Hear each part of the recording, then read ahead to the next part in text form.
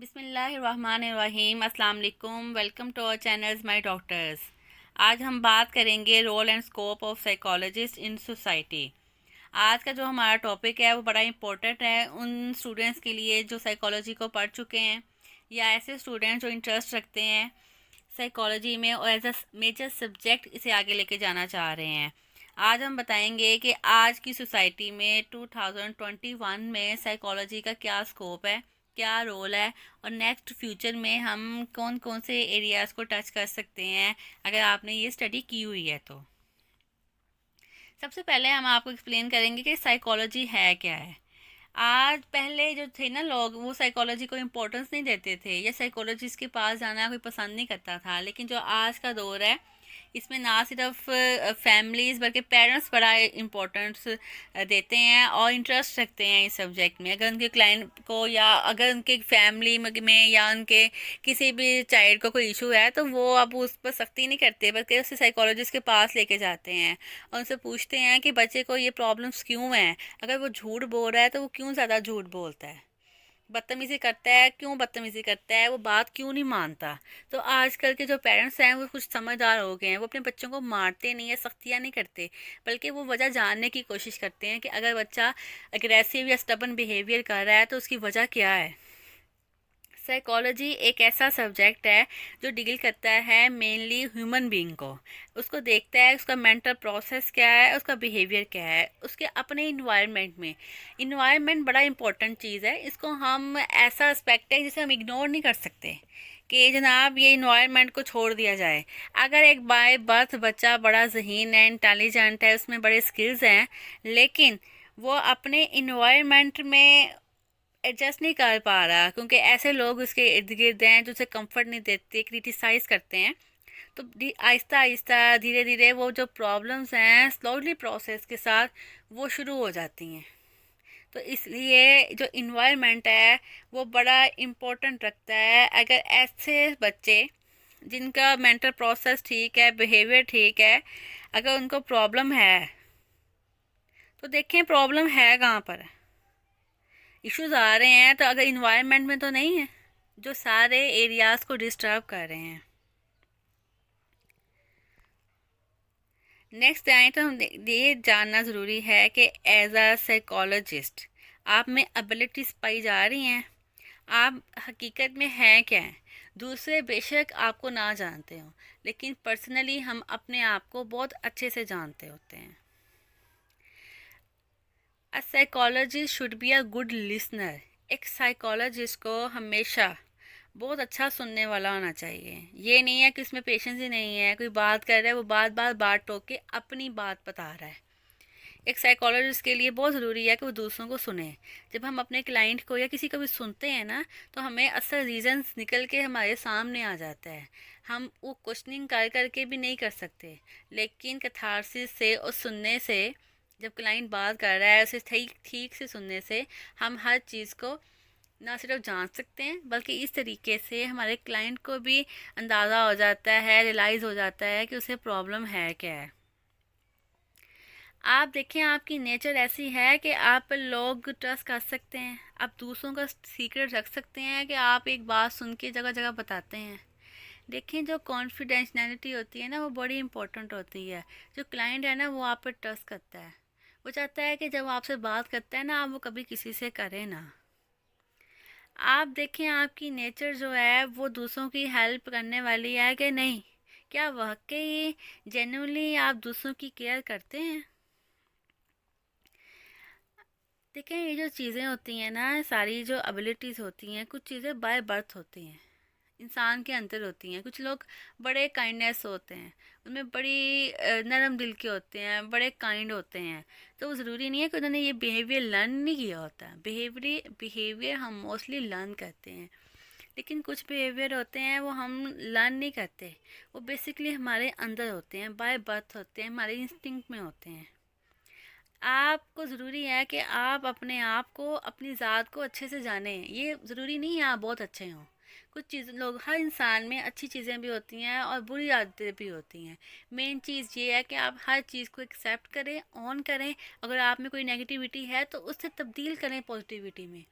दूसरों का इलाज करना तो बात की बात है, मेन चीज़ है कि आप ख़ुद को अंडरस्टैंड करके, एक्सेप्ट करके, ऑन करके ख़ुद को बेटर करने के लिए क्या स्टेप्स ले रहे हैं।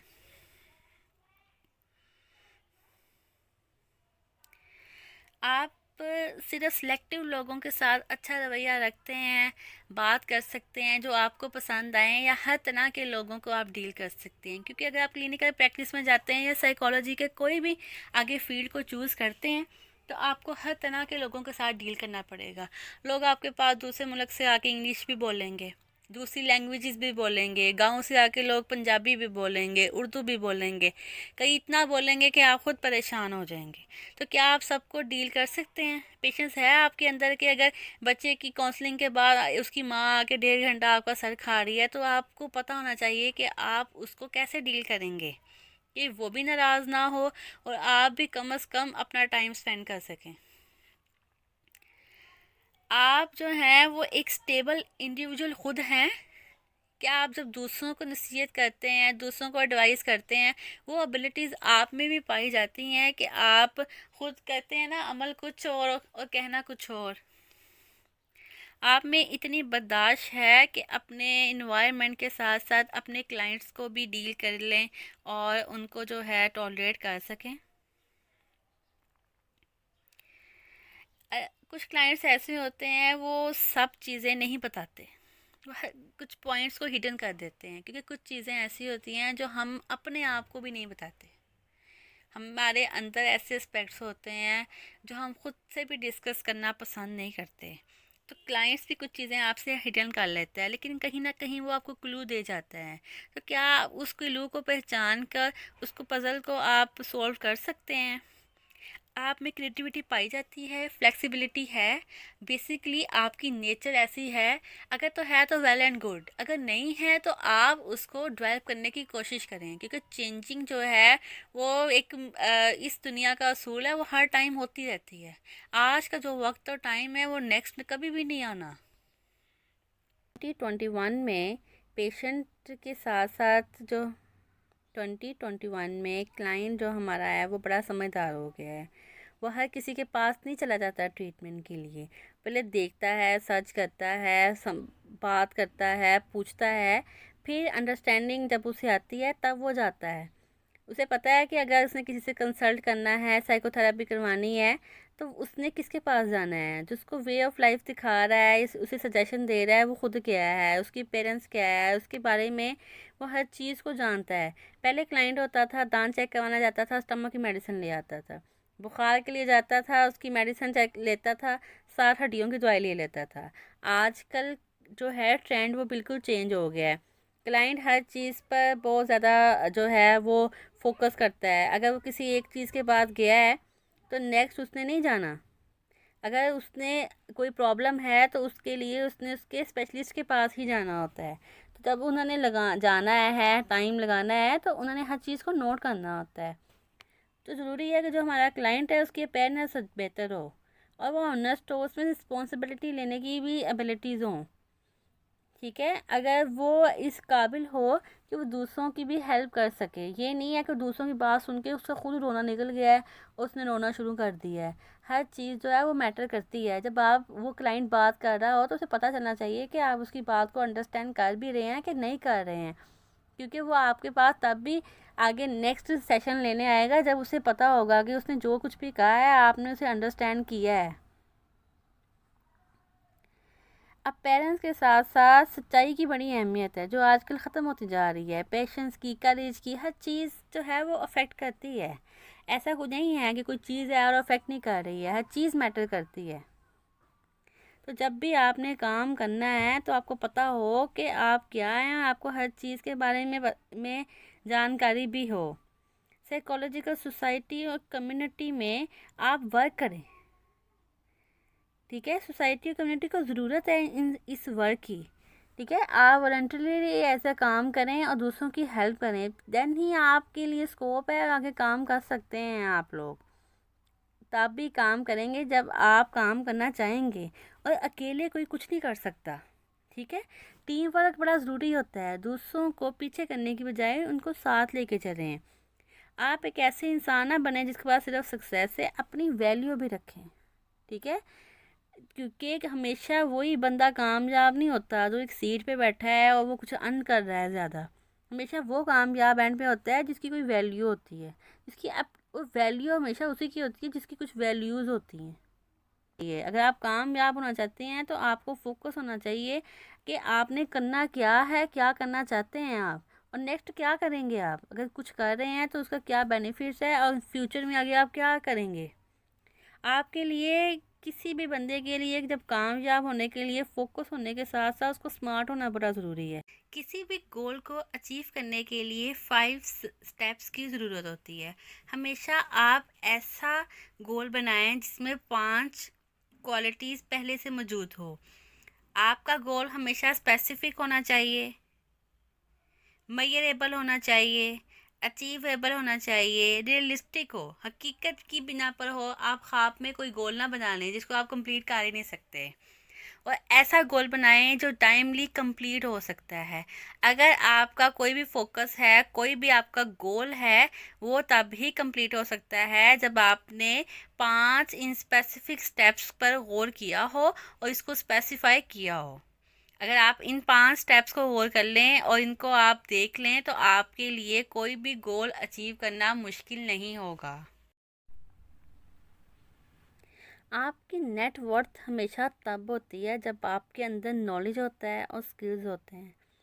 आप में एबिलिटी होगी तो आप अर्न भी कर लेंगे। लाजमी नहीं है आपने कोई जॉब करनी है, आप अपना बिजनेस कर सकते हैं, आप कुछ भी कर सकते हैं, लेकिन सिर्फ तब जब आपने के अंदर एबिलिटी और स्किल्स होंगे।